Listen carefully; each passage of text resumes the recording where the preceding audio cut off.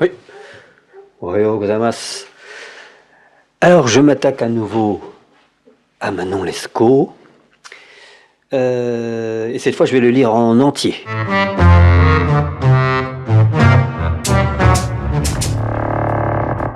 Histoire de Manon Lescaut et du Chevalier des Grieux, par l'abbé Prévost, 1731. Alors, on étais-je, voilà. Et je commence donc par l'avis de l'auteur. L'avis de l'auteur. Quoique juste. Cassiopea, uresai. Nani? Nanda yo, Cassiopea. Ok. Ah. Ok. Avis de l'auteur. Quoique j'eusse pu faire entrer dans mes mémoires les aventures du Chevalier des Grieux, il m'a semblé que, n'y ayant point un rapport nécessaire, le lecteur trouverait plus de satisfaction à les voir séparément. Un récit de cette longueur aurait interrompu trop longtemps le fil de ma propre histoire. Tout éloigné que je suis de prétendre à la qualité d'écrivain exact, je n'ignore point qu'une narration doit être déchargée des circonstances qui la rendraient pesante et embarrassée. Hein?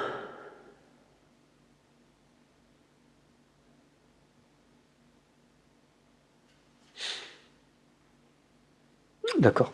Je n'ignore point qu'une narration doit être déchargée des circonstances qui la rendraient pesante et embarrassée. Ut yak nunc dicat. Iam nunc debentia dici. Pleraque differat ac praesens in tempus omitat. C'est du latin, hein, c'est de l'Horace, c'est du Horace. Alors il y a une note ici, là, d'accord, dans le bouquin. Dans le bouquin, alors ces vers sont ainsi traduits par François Villeneuve, Belles Lettres, 1989. L'ordre aura cette vertu et cet agrément, où je me trompe fort, qu'on dira tout de suite ce qui doit être dit, qu'on réservera et laissera pour l'instant de côté maint détail, qu'on élira celui-ci, qu'on dédaignera celui-là, quand on a pris sur soi de promettre un poème. Voilà, donc en gros, ça veut dire pas de blabla, on va à l'essentiel. C'est comme ça que je le comprends. Bon. Je n'ignore point qu'une narration doit être déchargée des circonstances qui la rendraient pesante et embarrassée. Ut iac nunc dicat, iam nunc debentia dici, pleraque differat, ac praesens in tempus omitat. Il n'est même pas besoin d'une si grave autorité pour prouver une vérité si simple, car le bon sens est la première source de cette règle. Si le public a trouvé quelque chose d'agréable et d'intéressant dans l'histoire de ma vie, j'ose lui promettre qu'il ne sera pas moins satisfait de cette addition. Il verra dans la conduite de M. Desgrieux un exemple terrible de la force des passions.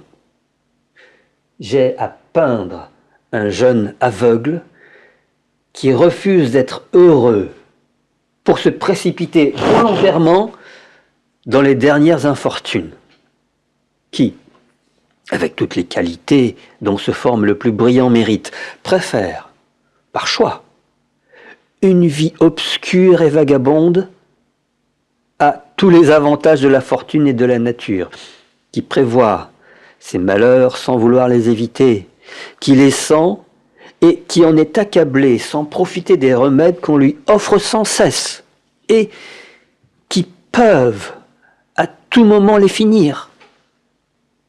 Enfin, un caractère ambigu, un mélange de vertu et de vice, un contraste perpétuel de bons sentiments et d'actions mauvaises.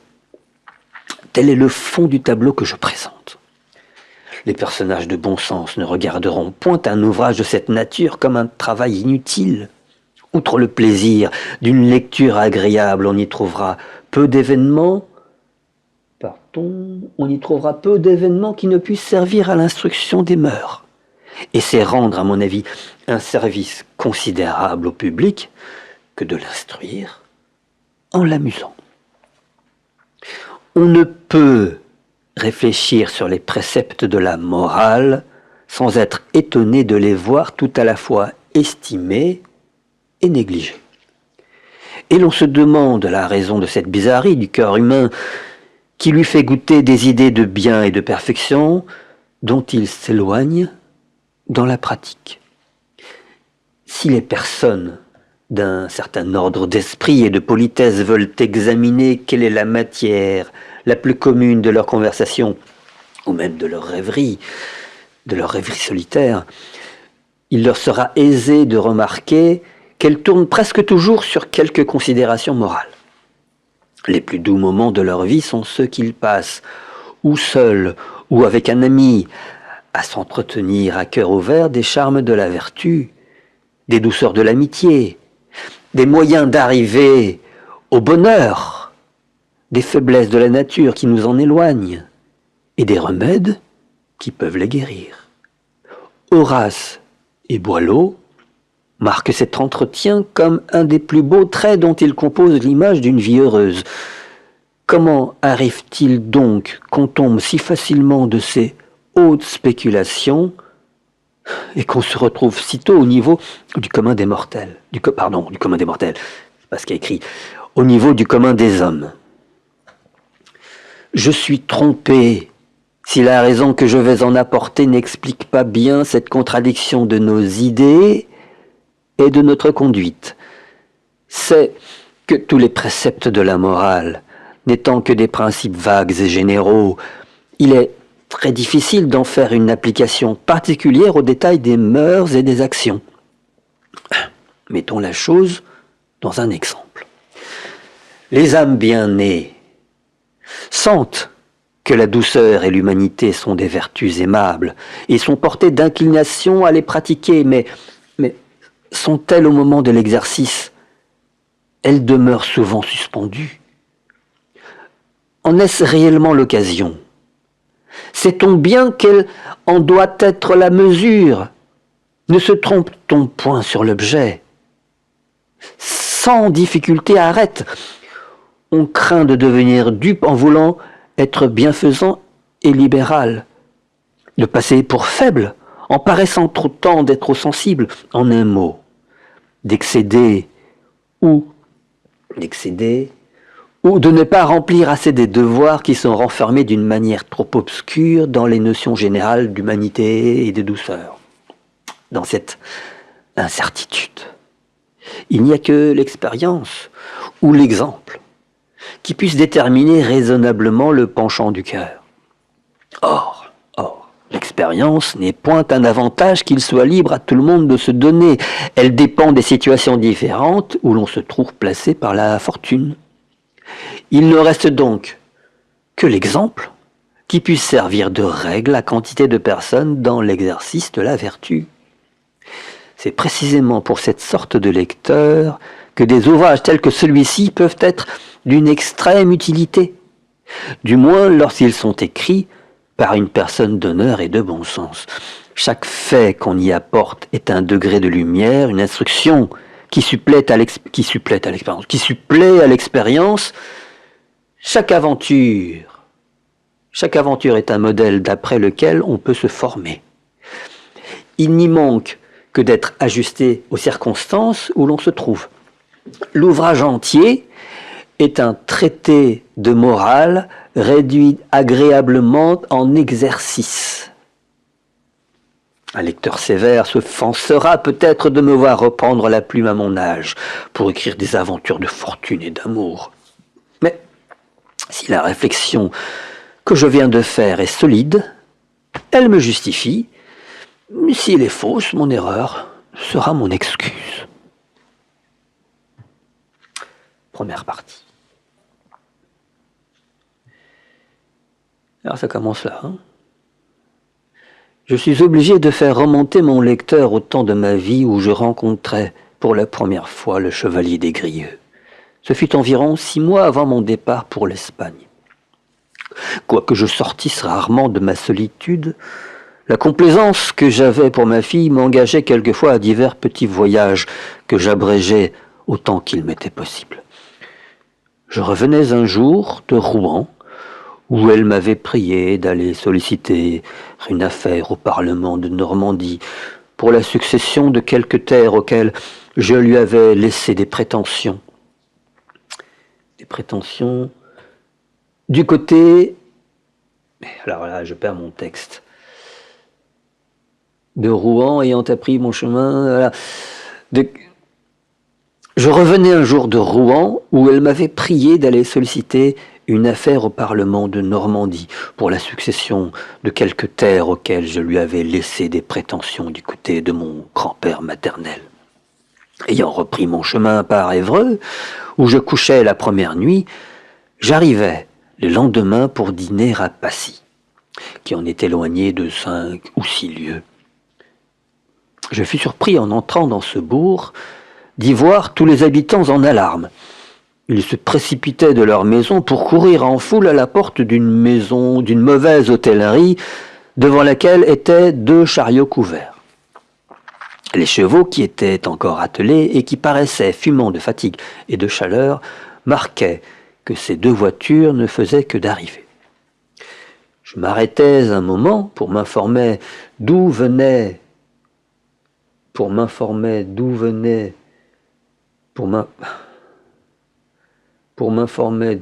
le tumulte. Je m'arrêtais un moment pour m'informer d'où venait le tumulte, mais je tirais peu d'éclaircissement d'une populace curieuse qui ne faisait nulle attention à mes demandes et qui s'avançait toujours vers l'hôtellerie en se poussant avec beaucoup de confusion. Enfin, un archer, revêtu d'une bandoulière et le mousquet sur l'épaule, ayant paru à la porte, je lui fis signe de la main de venir à moi. Je le priai de m'apprendre le sujet de ce désordre. « Oh, ce n'est rien, monsieur, me dit-il, c'est une 12aine de filles de joie que je conduis avec mes compagnons jusqu'au Havre de Grâce, où nous les ferons embarquer pour l'Amérique. Il y en a quelques-unes de jolies, et c'est apparemment ce qui excite la curiosité de ces bons paysans. » J'aurais passé après cette explication si je n'eusse été arrêté par les exclamations d'une vieille femme qui sortait de l'hôtellerie en joignant les mains et criant que c'était une chose barbare, une chose qui faisait horreur et compassion. « De quoi s'agit-il donc ?» lui dis-je. « Ah, monsieur, entrez, répondit-elle, et voyez si ce spectacle n'est pas capable de fendre le cœur. » Une curiosité me fit descendre de mon cheval que je laissais à mon palefrenier. J'entrai avec peine en perçant la foule et je vis en effet quelque chose d'assez touchant. Parmi les 12 filles qui étaient enchaînées 6 à 6 par le milieu du corps, il y en avait une dont l'air et la figure étaient si peu conformes à sa condition qu'en tout autre état, je l'eusse prise pour une personne du premier rang. Sa tristesse et la saleté de son linge et de ses habits l'enlaidissaient si peu que sa vue m'inspira du respect et de la pitié. Elle tâchait néanmoins de se tourner autant que sa chaîne pouvait le permettre pour dérober son visage aux yeux des spectateurs. L'effort qu'elle faisait pour se cacher était si naturel qu'il paraissait venir d'un sentiment de modestie. Comme les 6 gardes qui accompagnaient cette malheureuse bande étaient aussi dans la chambre, je pris le chef en particulier. Je lui demandai quelques lumières sur le sort de cette belle fille. Il ne put m'en donner que de fort général. « Nous l'avons tirée de l'hôpital, me dit-il, par ordre de monsieur le lieutenant général de police. Il n'y a pas d'apparence qu'elle y eût été renfermée pour ses bonnes actions. Je l'ai interrogée plusieurs fois sur la route. Elle s'obstine à ne me rien répondre, mais quoique je n'ai pas reçu ordre de la ménager plus que les autres, je ne laisse pas d'avoir quelque égard pour elle parce qu'il me semble qu'elle vaut un peu mieux que ses compagnes. Voilà un jeune homme, ajouta l'archer, qui pourrait vous instruire mieux que moi sur la cause de sa disgrâce. Il l'a suivi depuis Paris sans cesser presque un moment de pleurer. Il faut que ce soit son frère ou son amant. » Je me tournai vers le coin de la chambre où ce jeune homme était assis. Il paraissait enseveli dans une rêverie profonde. Je n'ai jamais vu de plus vive image de la douleur. Il était mis fort simplement, mais on distinguait, au premier coup d'œil, un homme qui a de la naissance et de l'éducation. Je m'approchai de lui, il se leva, et je découvris dans ses yeux, dans sa figure et dans tous ses mouvements, un air si fin et si noble, que je me sentis porté naturellement à lui vouloir du bien. « Que je ne vous trouble point, lui dis-je en m'asseyant près de lui. Voulez-vous bien satisfaire la curiosité que j'ai de connaître cette belle personne qui ne me paraît point faite pour le triste état où je la vois ?» Il me répondit honnêtement qu'il ne pouvait m'apprendre qui elle était sans se faire connaître lui-même, et qu'il avait de fortes raisons pour souhaiter de demeurer inconnu. Je puis vous dire néanmoins ce que ces misérables n'ignorent point, continua-t-il en montrant les archers. C'est que je l'aime avec une passion si violente qu'elle me rend le plus infortuné de tous les hommes. J'ai tout employé à Paris pour obtenir sa liberté. Les sollicitations, l'adresse et la force m'ont été inutiles. J'ai pris le parti de la suivre. Dût-elle aller au bout du monde, je m'embarquerai avec elle, je passerai en Amérique. Mais ce qui est de la dernière inhumanité, ces lâches coquins, ajouta-t-il en parlant des archers, ne veulent pas me permettre d'approcher d'elle. Mon dessein était de les attaquer ouvertement à quelques lieues de Paris. Je m'étais associé 4 hommes qui m'avaient promis leur secours pour une somme considérable. Les traîtres m'ont laissé seul aux mains et sont partis avec mon argent. L'impossibilité de réussir par la force m'a fait mettre les armes bas. J'ai proposé aux archers de me permettre du moins de les suivre en leur offrant de les récompenser. Le désir du gain les y a fait consentir. Ils ont voulu être payés chaque fois qu'ils m'ont accordé la liberté de parler à mes maîtresses. Ma bourse s'est épuisée en peu de temps. Et maintenant que je suis sans un sou, ils ont la barbarie de me repousser brutalement lorsque je fais un pas vers elles. Il n'y a qu'un instant qu'ayant osé m'en approcher malgré leurs menaces, ils ont eu l'insolence de lever contre moi le bout du fusil. Je suis obligé, pour satisfaire leur avarice et pour me mettre en état de continuer la route à pied, de vendre ici un mauvais cheval qui m'a servi jusqu'à présent de monture. Quoiqu'il parût faire assez tranquillement ce récit, il laissa tomber quelques larmes en le finissant. Cette aventure me parut des plus extraordinaires et des plus touchantes. Je ne vous presse pas, lui dis-je, de me découvrir le secret de vos affaires, mais si je puis vous être utile à quelque chose, je m'offre volontiers à vous rendre service. Hélas, reprit-il, et voilà, j'ai encore perdu. Hélas, reprit-il, je ne vois pas le moindre jour à l'espérance. Il faut que je me soumette à toute la rigueur de mon sort. J'irai en Amérique, j'y serai du moins libre avec ce que j'aime. J'ai écrit à un de mes amis qui me fera tenir quelques secours au Havre de grâce. Je ne suis embarrassé que pour m'y conduire et pour procurer à cette pauvre créature, ajouta-t-il en regardant tristement sa maîtresse, quelque soulagement sur la route. Eh bien, lui dis-je, je vais finir votre embarras. Voici quelque argent.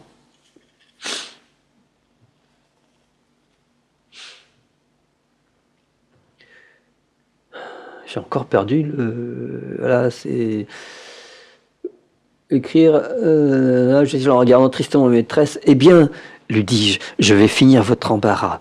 Voici quelque argent que je vous prie d'accepter. Je suis fâché de ne pouvoir vous servir autrement. Je lui donnai 4 louis d'or sans que les gardes s'en aperçussent, car je jugeais bien que s'ils lui savaient cette somme, ils lui vendraient plus chèrement leur secours.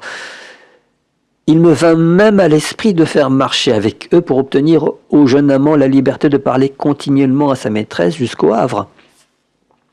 Alors je fis signe au chef d'approcher et je lui en fis la proposition. Il en parut honteux malgré son effronterie.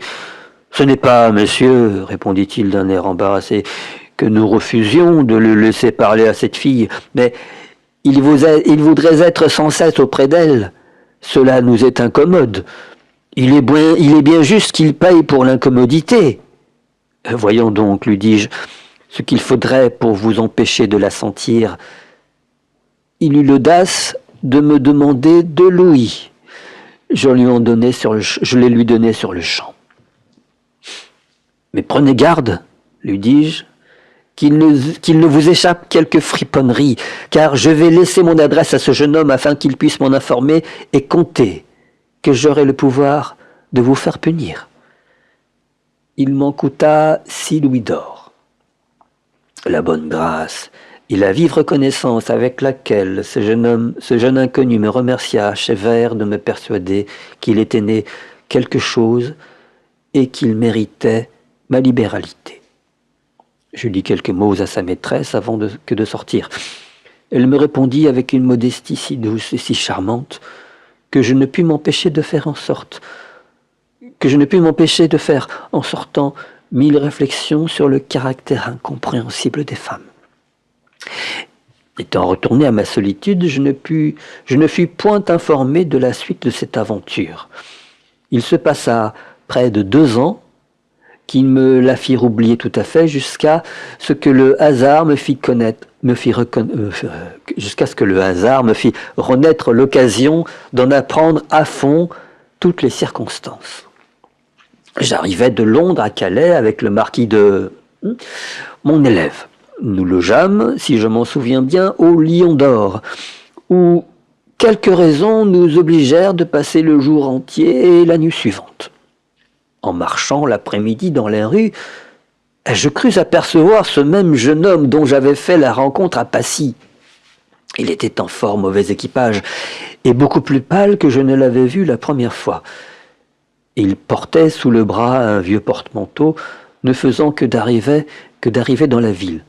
Cependant, comme il avait la physionomie trop belle pour n'être pas reconnu facilement, je le remis aussitôt. Il faut, dis-je au marquis, que nous abordions ce jeune homme. Sa joie fut plus vive que toute expression lorsqu'il m'eut remis à son tour. « Ah, monsieur !» s'écria-t-il en me baisant la main. « Je puis donc encore une fois vous marquer mon immortelle reconnaissance. » Je lui demandai d'où il venait. Il me répondit qu'il arrivait par la mer du Havre de Grâce, où il était revenu de l'Amérique peu auparavant. « Vous ne me paraissez pas fort bien en argent, lui dis-je. Allez-vous-en au Lion d'Or où je suis logé, je vous rejoindrai dans un moment. » J'y retournai en effet, plein d'impatience d'apprendre le détail de son infortune et les circonstances de son voyage d'Amérique. Je lui fis 1000 caresses et j'ordonnai qu'on ne le laissât manquer de rien. Il n'attendit point que je le pressasse de me raconter l'histoire de sa vie. « Monsieur, me dit-il, vous en usez si noblement avec moi que je me reprocherais comme une basse ingratitude d'avoir quelque chose de réservé pour vous. Je veux vous apprendre non seulement mes malheurs et mes peines, mais encore mes désordres et mes plus honteuses faiblesses. Je suis sûr qu'en me condamnant, vous ne pourrez pas vous empêcher de me plaindre. » Je dois avertir ici le lecteur que j'écrivis son histoire presque aussitôt après l'avoir entendue, et qu'on peut s'assurer par conséquent que rien n'est plus exact et plus fidèle que cette narration. Je dis fidèle jusque dans la relation des réflexions et des sentiments que le jeune aventurier exprimait de la meilleure grâce du monde. Voici donc son récit, auquel je ne mêlerai jusqu'à la fin rien qui ne soit de lui. J'avais 17 ans et j'achevais mes études de philosophie à Amiens, où mes parents, qui sont d'une des meilleures maisons de P, m'avaient envoyé. Je menais une vie si sage et si réglée que mes maîtres me proposaient pour l'exemple du collège, non que je fisse des efforts extraordinaires pour mériter cet éloge, mais j'ai l'humeur naturellement douce et tranquille. Je m'appliquais à l'étude par inclination, et l'on me comptait pour des vertus quelques marques d'aversion naturelle pour le vice. Ma naissance, le succès de mes études et quelques agréments extérieurs m'avaient fait connaître et estimer de tous les honnêtes gens de la ville. J'achevais mes exercices publics avec une approbation si générale que monsieur l'évêque, qui y assistait, me proposa d'entrer dans l'état ecclésiastique où je ne manquerais pas, disait-il, de m'attirer plus de distinction que dans l'ordre de Malte, auquel mes parents me destinaient.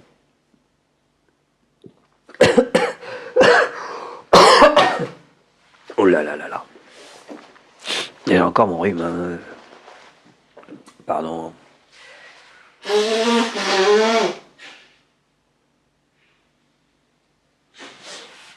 Alors, où étais-je ?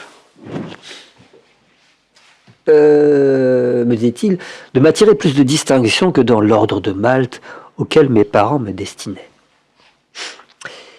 Il me faisait déjà porter la croix avec le nom de chevalier des Grieux. Les vacances arrivant, je me préparais à retourner chez mon père, qui m'avait promis de m'envoyer bientôt à l'académie. Mon seul regret en quittant Amiens était d'y laisser un ami avec lequel j'avais toujours été tendrement uni. Il était de quelques années plus âgé que moi. Nous avions été élevés ensemble, mais le bien de sa maison étant des plus médiocres, il était obligé de prendre l'état ecclésiastique et de demeurer à Amiens après moi pour y faire les études qui conviennent à cette profession. En fait, pour y faire les études qui conviennent à cette profession. Il avait mille bonnes qualités. Vous le connaîtrez par les meilleures dans la suite de mon histoire, et surtout par un zèle et une générosité en amitié qui surpassent les plus célèbres exemples de l'Antiquité. Si j'eusse alors suivi ses conseils, j'aurais toujours été sage et heureux. Si j'avais du moins profité de ses reproches dans le précipice où mes passions m'ont entraîné, j'aurais sauvé quelque chose du naufrage de ma fortune et de ma réputation. Mais il n'a point recueilli d'autres fruits de ses soins que le chagrin de les voir inutiles, et quelquefois durement récompensés par un ingrat qui s'en offensait et qui les traitait d'importunité. J'avais marqué le temps de mon départ d'Amiens. Hélas, que ne le marquai-je un jour plus tôt, j'aurais porté chez mon père toute mon innocence. La veille même de celui que je devais quitter cette ville, étant à me promener avec mon habit qui s'appelait Tiberge, nous vîmes arriver le coche d'Arras, et nous le suivîmes jusqu'à l'hôtellerie où ses voitures descendent.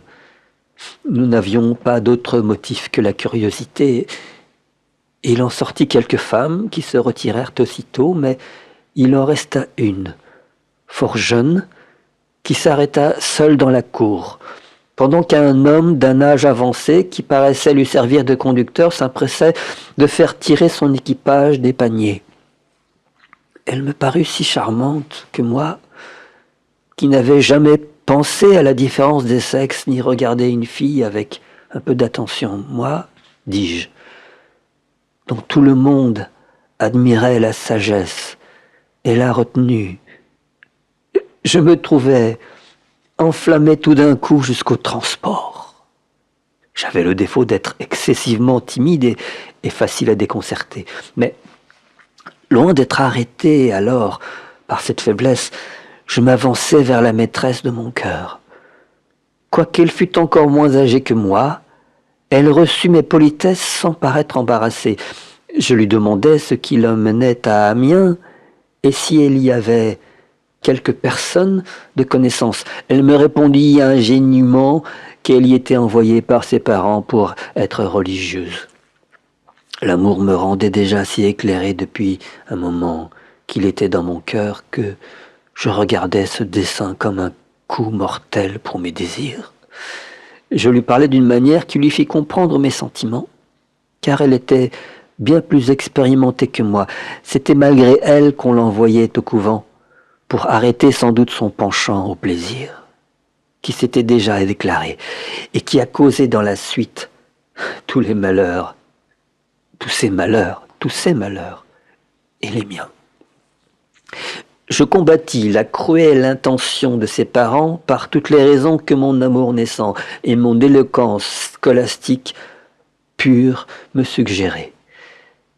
Elle n'affecta ni rigueur ni dédain. Elle me dit, après un moment de silence, qu'elle ne prévoyait que trop, qu'elle allait être malheureuse, mais que c'était apparemment la volonté du ciel, puisqu'il n'y lui laissait nul moyen de l'éviter. La douceur de ses regards, un air charmant de tristesse en prononçant ces paroles, ou plutôt l'ascendant de ma destinée qui m'entraînait à ma perte, ne me permirent pas de balancer un moment sur ma réponse. Je l'assurais que si elle voulait faire quelque fond sur mon honneur et sur la tendresse infinie qu'elle m'inspirait déjà, j'emploierais ma vie pour la délivrer de la tyrannie de ses parents, pour la rendre heureuse. Je me suis étonné 1000 fois en y réfléchissant. Tout me venait alors tant de hardiesse et de facilité à m'exprimer. Mais on ne ferait pas une divinité de l'amour s'il n'opérait souvent des prodiges. J'ajoutais 1000 choses pressantes. Ma belle inconnue savait bien qu'on n'est point trompeur à mon âge. Elle me confessa que si je voyais quelques jours à pouvoir mettre en liberté, elle croirait m'être redevable de quelque chose de plus cher que la vie. Je lui répétais que j'étais prête à tout entreprendre, mais n'ayant point assez d'expérience pour imaginer tout d'un coup les moyens de la servir, je m'en tenais à cette assurance générale qui ne pouvait être d'un grand secours, ni pour elle, ni pour moi. Son vieil Argus étant venu nous rejoindre, mes espérances allaient échouer. S'il n'eût assez d'esprit, pour suppléer à la stérilité du mien, je fus surpris à l'arrivée de son conducteur qu'elle m'appela son cousin, et que, sans paraître déconcerter le moins du monde, elle me dit que, puisqu'elle était assez heureuse pour me rencontrer à Amiens, elle remettait au lendemain son entrée dans le couvent afin de se procurer le plaisir de souper avec moi. J'entrais fort bien dans le sens de cette ruse. Je lui proposais de se loger dans une hôtellerie dont le maître, qui s'était établi à Amiens après avoir été longtemps cocher de mon père, était dévoué entièrement à mes ordres. Je lui conduisis moi-même, tandis que le vieux conducteur paraissait un peu murmuré, et que mon ami Tiberge, qui ne comprenait rien à cette scène, me suivait sans prononcer une parole. Il n'avait point entendu notre entretien. Il était demeuré à se promener dans la cour pendant que je parlais d'amour à ma belle maîtresse. Comme je redoutais sa sagesse, je me défis de lui par une commission dont je le priais de se charger. Ainsi, j'eus le plaisir, en arrivant à l'auberge, d'entretenir seule la souveraine de mon cœur. Je reconnus bientôt que j'étais moins enfant que je ne le croyais. Mon cœur s'ouvrit à 1000 sentiments de plaisir dont je n'avais jamais eu l'idée. Une douce chaleur se répandit dans toutes mes veines. J'étais dans une espèce de transport qui m'ôta pour quelque temps la liberté de la voix et qui ne s'exprimait que par mes yeux. Mademoiselle Manon Lescaut, c'est ainsi qu'elle me dit qu'on la nommait, parut fort satisfaite de cet effet de ses charmes. Je crus apercevoir qu'elle n'était pas moins émue que moi. Elle me confessa qu'elle me trouvait aimable et qu'elle serait ravie de m'avoir obligation de sa liberté. Elle voulut savoir qui j'étais, et cette connaissance augmenta son affection, parce qu'étant d'une essence commune, elle se trouva flattée d'avoir fait la conquête d'un amant tel que moi. Nous nous entretâmes des moyens d'être l'un à l'autre. Après quantité de réflexion, nous ne trouvâmes point d'autre voie que celle de la fuite. Il fallait tromper la vigilance du conducteur, qui était un homme aménagé, quoiqu'il ne fût qu'un domestique. Nous réglâmes que je ferais préparer pendant la nuit une chaise de poste et que je reviendrais de grand matin à l'auberge avant qu'il fût éveillé. Que nous nous déroberions secrètement et que nous irions droit à Paris où nous nous ferions marier en arrivant. J'avais environ 50 écus qui était le fruit de mes petites épargnes, et elle en avait à peu près le double. Nous imaginâmes, comme des enfants sans expérience, que cette somme ne finirait jamais et nous ne comptâmes pas moins sur le succès de nos autres mesures. Après avoir soupé, avec plus de satisfaction, après avoir soupé avec plus de satisfaction que je n'en avais jamais ressenti, je me retirai pour exécuter notre projet. Mes arrangements furent d'autant plus faciles qu'ayant eu dessein de retourner le lendemain chez mon père, mon petit équipage était déjà préparé. Je n'eus donc nulle peine à faire transporter ma malle et à faire tenir une chaise prête pour 5 heures du matin. C'était le temps où les portes de la ville devaient être ouvertes. Mais je trouvais un obstacle dont je me défiais point et qui faillit rompre entièrement mon dessein. Tiberge, quoique âgé seulement de 3 ans plus que moi, était un garçon d'un sens mûr et d'une conduite fort réglée. Il m'aimait avec une tendresse extraordinaire. La vue d'une aussi jolie fille que mademoiselle Manon, mon empressement à la conduire et le soin que j'avais eu de me défaire de lui en l'éloignant lui firent naître quelques soupçons de mon amour. Il n'avait osé revenir à l'auberge où il m'avait laissé de peur de m'offenser par son retour, mais il était allé m'attendre à mon logis où je le trouvais en arrivant, quoiqu'il fût 10 heures du soir. Sa présence me chagrina. Il s'aperçut facilement de la contrainte qu'elle me causait. « Je suis sûr, me dit-il sans déguisement, que vous méditez quelque dessein que vous me voulez cacher. Je le vois à votre air. » Je lui répondis assez brusquement que je n'étais pas obligé de lui rendre compte de tous mes desseins. « Non, reprit-il, mais vous m'avez toujours traité en ami, et cette qualité suppose un peu de confiance et d'ouverture. » Il me pressa si fort et si longtemps de lui découvrir mon secret que, n'ayant jamais eu de réserve avec lui, je lui fis l'entière confidence de ma passion. Il la reçut avec une apparence de mécontentement qui me fit frémir. Je me repentis surtout de l'indiscrétion avec laquelle je lui avais découvert le dessein de ma fuite. Il me dit qu'il était trop parfaitement mon ami pour ne pas s'y opposer de tout son pouvoir, qu'il voulait me représenter d'abord tout ce qu'il croyait capable de m'en détourner, mais que si je ne renonçais pas ensuite à cette misérable résolution, il avertirait des personnes qui pourraient l'arrêter à coup sûr. Il me tint là-dessus un discours sérieux qui dura plus d'un quart d'heure et qui finit encore par la menace de me dénoncer si je ne lui donnais ma parole de me conduire avec plus de sagesse et de raison. J'étais au désespoir de m'être trahi si mal à propos. Cependant, l'amour, m'ayant ouvert extrêmement l'esprit depuis 2 ou 3 heures, je fis attention que je ne lui avais pas découvert que mon destin devait s'exécuter le lendemain, et je résolus de le tromper à la faveur d'une équivoque. « Tiberge, lui dis-je, j'ai cru jusqu'à présent que vous étiez mon ami, et j'ai voulu vous éprouver par cette confidence. Il est vrai que j'aime. Je ne vous ai pas trompé, mais pour ce qui regarde ma fuite, ce n'est point une entreprise à former au hasard. Venez me prendre demain à 9 heures. Je vous ferai voir, s'il se peut, ma maîtresse, et vous jugerez si elle mérite que je fasse cette démarche pour elle. » Il me laissa seul, après 1000 protestations d'amitié.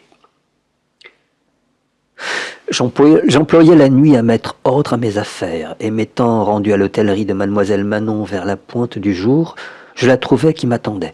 Elle était à sa fenêtre, qui donnait sur la rue, de sorte que, m'ayant aperçu, elle vint m'ouvrir elle-même. Nous sortîmes sans bruit. Il n'avait point d'autre équipage que son linge dont je me chargeais moi-même. La chaise était en état de partir. Nous nous éloignâmes aussitôt de la ville. Je rapporterai dans la suite quelle fut la conduite de Tiberge lorsqu'il s'aperçut que je l'avais trompé. Son zèle n'en devint pas moins ardent.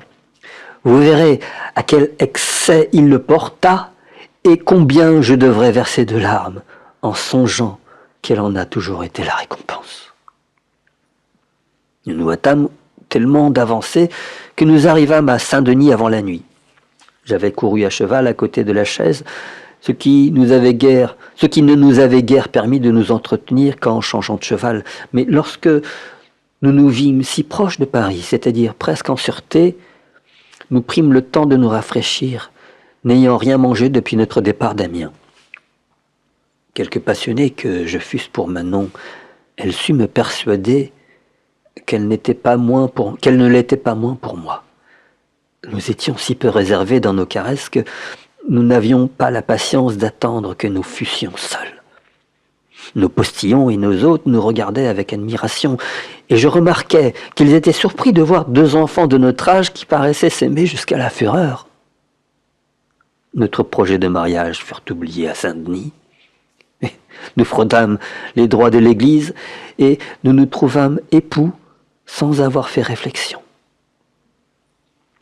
Il est sûr que, du naturel tendre et constant dont je suis, j'étais heureux pour toute ma vie, si Manon m'eût été fidèle. Plus je la connaissais, plus je découvrais en elle de nouvelles qualités aimables. Son esprit, son cœur, sa douceur et sa beauté formaient une chaîne si forte et si charmante que j'aurais mis tout mon bonheur à n'en sortir jamais. Terrible changement, ce qui fait mon désespoir a pu faire ma félicité. Je me trouve le plus malheureux de tous les hommes par cette même constance dont je devais attendre le plus doux de tous les sorts et les plus parfaites récompenses de l'amour. Nous prîmes un appartement meublé à Paris. Ce fut dans la rue V. Et, pour mon malheur, auprès de la maison de monsieur de B, célèbre fermier général.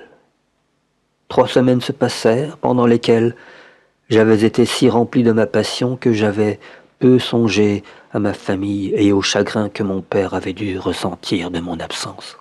Cependant, comme la débauche n'avait nulle part à ma conduite, et que Manon se comportait aussi avec beaucoup de retenue, la tranquillité où nous vivions servit à me faire rappeler peu à peu l'idée de mon devoir. Je résolus de me réconcilier s'il était possible avec mon père.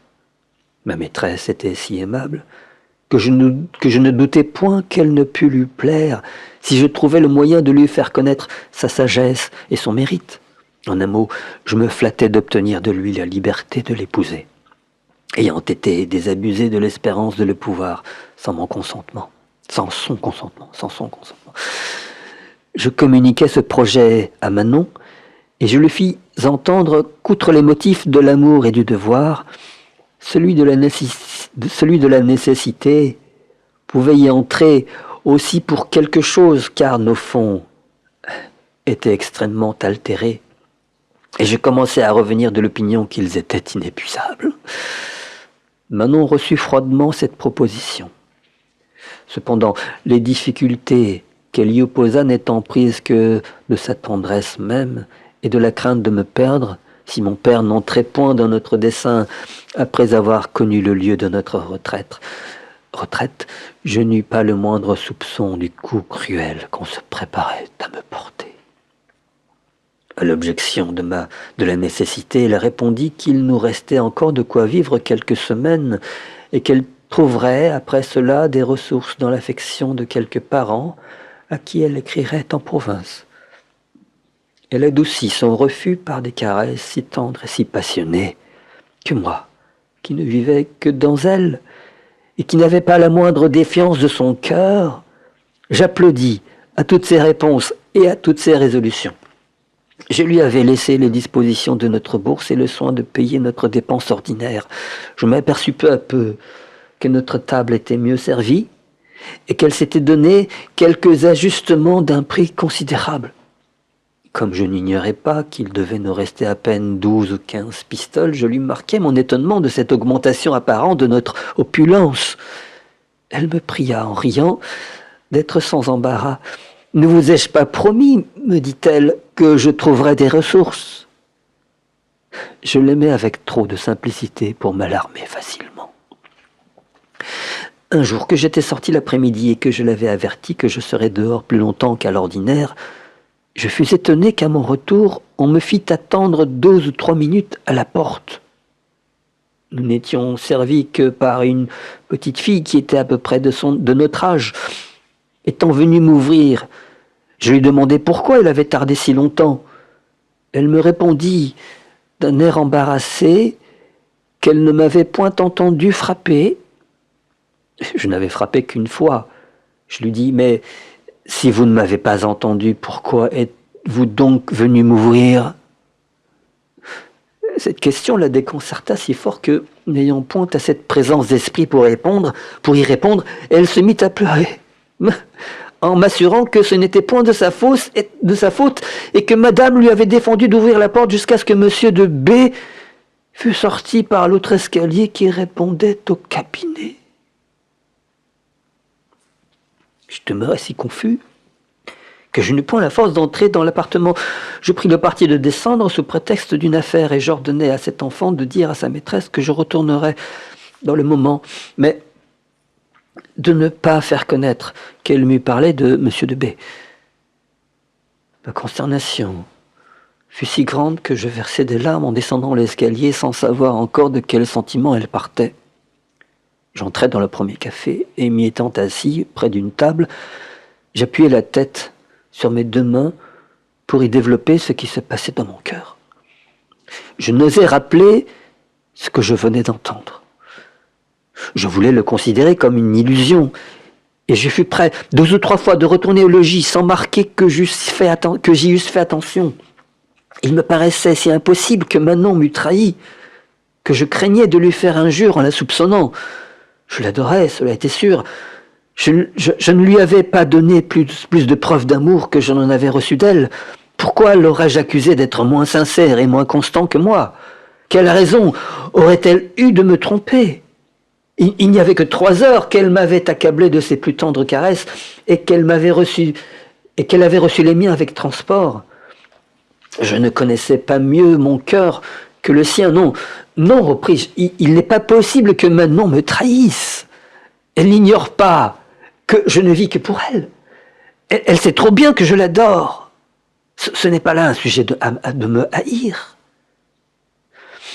Cependant, la visite et la sortie furtive de M. de B me causaient de l'embarras. Je me rappelais aussi les petites acquisitions de Manon qui me semblaient surpasser nos richesses présentes. Cela me paraissait sentir les libéralités d'un nouvel amant. Et cette confiance qu'elle m'avait marquée pour des ressources qui m'étaient inconnues. J'avais peine à donner à tant d'énigmes un sens aussi favorable que mon cœur le souhaitait. D'un autre côté, je ne l'avais presque pas perdu de vue depuis que nous étions à Paris. Occupation, promenade, divertissement, nous avions toujours été l'un à côté de l'autre. Ah mon Dieu, un instant de séparation nous aurait trop affligés. Il nous fallait nous dire sans cesse que nous nous aimions. Nous serions morts d'inquiétude sans cela. Je ne pouvais donc m'imaginer presque un seul moment où Manon puisse être occupée d'un autre que moi. À la fin, je crus avoir trouvé le dénouement de ce mystère. Monsieur de B, dis-je en moi-même, est un homme qui fait de grosses affaires et qui a de grandes relations. Les parents de Manon se seront servis de cet homme pour lui faire tenir quelque argent. Elle en a peut-être déjà reçu de lui. Il est venu aujourd'hui lui en apporter encore. Elle s'est fait sans doute un jeu de me le cacher, pour me surprendre agréablement. Eh oui, peut-être m'en aurait-elle parlé si j'étais entré à l'ordinaire, au lieu de venir ici m'affliger. Elle ne me le cachera pas, du moins lorsque je lui en parlerai moi-même. Je me remplis si fortement de cette opinion qu'elle eut la force de diminuer beaucoup ma tristesse. Je retournai sur le champ au logis, j'embrassai Manon avec ma tendresse ordinaire, elle me reçut fort bien. J'étais tenté d'abord de lui découvrir mes conjectures, que je regarderais plus que jamais comme certaines. Je me retins, dans l'espérance qu'il lui arriverait peut-être de me prévenir en m'apprenant tout ce qui s'était passé. On nous servit à souper. Je me mis à table d'un air fort gai, mais à la lumière de la chandelle qui était entre elle et moi, je crus apercevoir de la tristesse sur le visage et dans les yeux de ma chère maîtresse. Cette pensée m'en inspira aussi. Je remarquai que ses regards s'attachaient sur moi d'une autre façon qu'ils n'avaient accoutumé. Sur moi d'une autre façon qu'ils n'avaient accoutumé. Je ne pouvais démêler si c'était de l'amour ou de la compassion, quoiqu'il me parût que c'était un sentiment doux et languissant. Je la regardais avec la même attention. Et peut-être n'avait-elle pas moins de peine à juger de la situation que de mon cœur par mes regards. Nous ne pensions ni à parler, ni à manger. Enfin, je vis tomber des larmes de ses beaux yeux. Perfide larmes. « Ah Dieu !» m'écriai-je, « vous pleurez, cher Manon, vous êtes affligée jusqu'à pleurer, et vous ne me dites pas un seul mot de vos peines ?» Elle ne me répondit que par quelques soupirs qui augmentèrent mon inquiétude. Je me levai en tremblant. Je la conjurai, avec tous les empressements de l'amour, de me découvrir le sujet de ses pleurs. J'en versai moi-même en essuyant les siens. J'étais plus mort que vif. Un barbare aurait été attendri de mes témoignages de ma douleur et de ma crainte. Dans le temps que j'étais ainsi tout occupé d'elle, j'entendis le bruit de plusieurs personnes qui montaient l'escalier. On frappa doucement à la porte. Manon me donna un baiser et, s'échappant de mes bras, elle entra rapidement dans le cabinet qu'elle ferma aussitôt sur elle. Je me figurais qu'étant un peu en désordre, elle voulait se cacher aux yeux des étrangers qui avaient frappé. J'allais leur ouvrir moi-même. À peine avais-je ouvert que je me vis saisir par 3 hommes que je reconnus pour les laquais de mon père. Ils ne me firent point de violence, mais 2 d'entre eux m'ayant pris par le bras, le 3e visita mes poches, dont il tira un petit couteau qui était le seul fer que j'eusse avec moi. Ils me demandèrent pardon de la nécessité où ils étaient de me manquer de respect. Ils me dirent naturellement qu'ils agissaient par l'ordre de mon père. Ils me dirent naturellement qu'ils agissaient par l'ordre de mon père et que mon frère aîné m'attendait en bas dans un carrosse. J'étais si troublé que je me laissais conduire sans résister et sans répondre. Mon frère était effectivement à m'attendre. On me mit dans le carrosse auprès de lui et le cocher, qui avait ses ordres, nous conduisit à grand train jusqu'à Saint-Denis. Mon frère m'embrassa tendrement, mais il ne me parla point de sorte que j'eus tout le loisir dont j'avais besoin pour rêver à mon infortune. J'y trouvais d'abord tant d'obscurité que je ne voyais pas de jour à la moindre conjecture. J'étais trahi cruellement, mais par qui ? Tiberge fut le premier qui me vint à l'esprit. « Traître !» disais-je. « C'est fait de ta vie, si mes soupçons se trouvent justes. » Cependant, je fis réflexion qu'il ignorait le lieu de ma demeure, et qu'on ne pouvait par conséquent l'avoir appris de lui. Accuser Manon, c'est de quoi mon cœur n'osait se rendre coupable. Cette tristesse extraordinaire dont je l'avais vue comme accablée, ces larmes, le tendre baiser qu'elle m'avait donné en se retirant, me paraissait bien une énigme, mais je me sentais porté à l'expliquer comme un empressement de notre malheur commun, et dans le temps que je me désespérais de l'accident qui m'arrachait à elle, j'avais la crédulité de m'imaginer qu'elle était encore plus à plaindre que moi. Le résultat de ma méditation fut de me persuader que j'avais été aperçu dans les rues de Paris par quelques personnes de connaissance qui en avaient donné avis à mon père. Cette pensée me consola. Je comptais en être quitte pour des reproches ou pour quelque mauvais traitement qu'il me faudrait essuyer de l'autorité paternelle.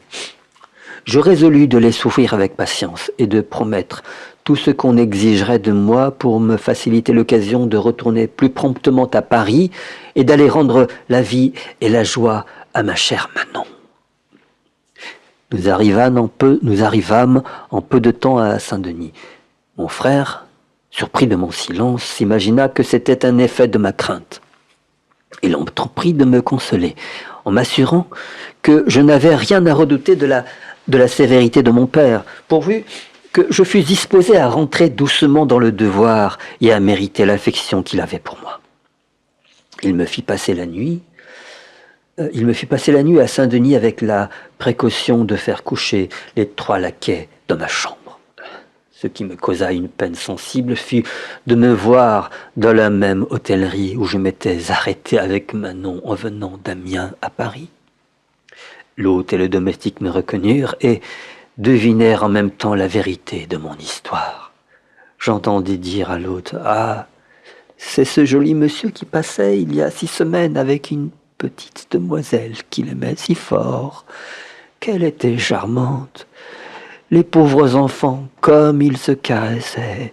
Pardi, c'est dommage qu'on les ait séparés. » Je finis de ne rien entendre, et je me laissai voir le moins qu'il m'était possible.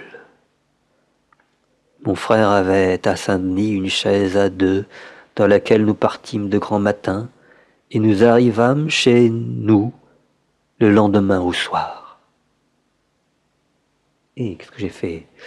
Le lendemain au soir, il vit mon père avant moi pour le prévenir en ma faveur, en lui apprenant avec quelle douceur je m'étais laissé conduire, de sorte que j'en fus reçu moins durement que je ne m'y étais attendu. Il se contenta de me faire quelques reproches. Il se contenta de me faire quelques reproches généraux sur la faute que j'avais commise en m'absentant sans sa permission.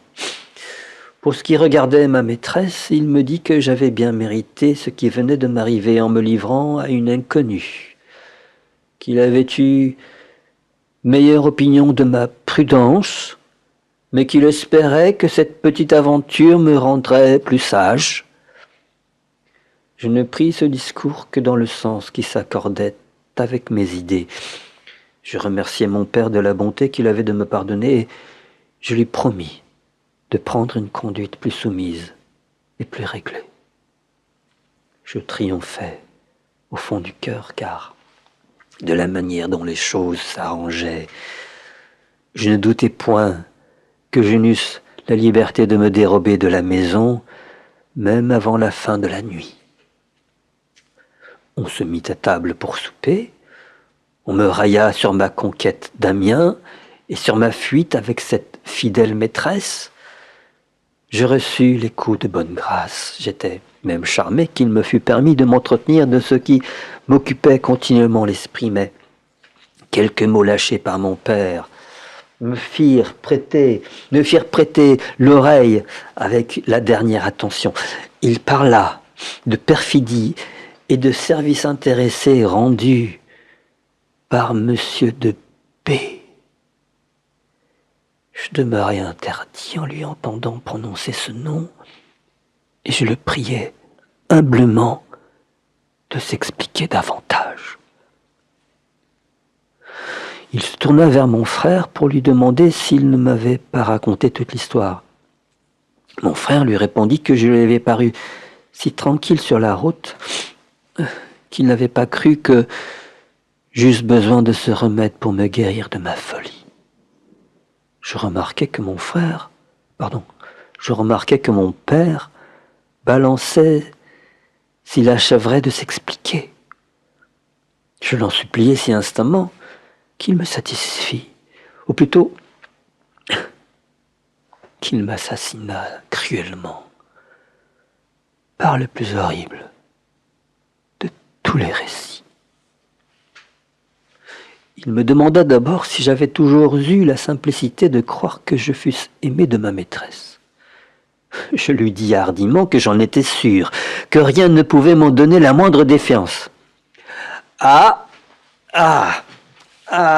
s'écria-t-il en riant. Non, c'est pas c'est non, c'est ho, s'écria-t-il en riant de toute sa force. Cela est excellent. Tu es une jolie dupe, et j'aime à te voir dans ce sentiment-là. C'est grand dommage, mon pauvre chevalier, de te faire entrer dans l'ordre de Malte, puisque tu as tant de dispositions à faire. Un mari patient et commode. Il ajouta 1000 railleries de cette force sur ce qu'il appelait ma sottise et ma crédulité. Enfin, comme je demeurais dans le silence, il continua de me dire que, suivant le calcul qu'il pouvait faire du temps depuis mon départ d'Amiens, Manon m'avait aimé environ 12 jours, car, ajouta-t-il, je sais que tu partis d'Amiens le 28 de l'autre mois, nous sommes au 29 du présent, il y en a 11 que M. de B m'a écrit. Je suppose qu'il lui en ait fallu 8 pour lier une parfaite connaissance avec ta maîtresse. Ainsi, qui ôte 11 et 8 de 31 jours qu'il y a depuis le 28 d'un mois jusqu'au 29 de l'autre, reste 12, un peu plus ou moins. Là-dessus, les éclats de rire recommencèrent. J'écoutais tout avec un saisissement de cœur auquel j'appréhendais de ne pouvoir résister jusqu'à la fin de cette triste comédie. « Tu sauras donc, reprit mon père, puisque tu l'ignores, que M. de B a gagné le cœur de ta princesse, car il se moque de moi, de prétendre me persuader que c'est par un zèle désintéressé pour mon service qu'il a voulu te l'enlever. C'est bien d'un homme tel que lui, de qui d'ailleurs je ne suis pas connu, qu'il faut attendre des sentiments si nobles.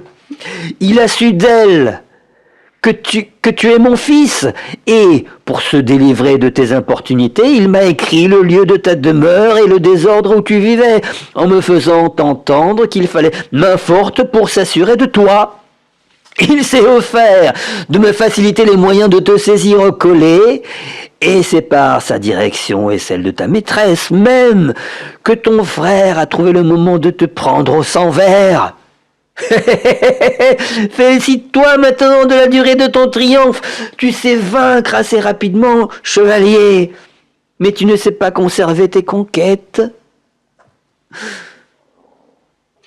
Je n'eus pas la force de soutenir plus longtemps un discours dont chaque mot m'avait percé le cœur.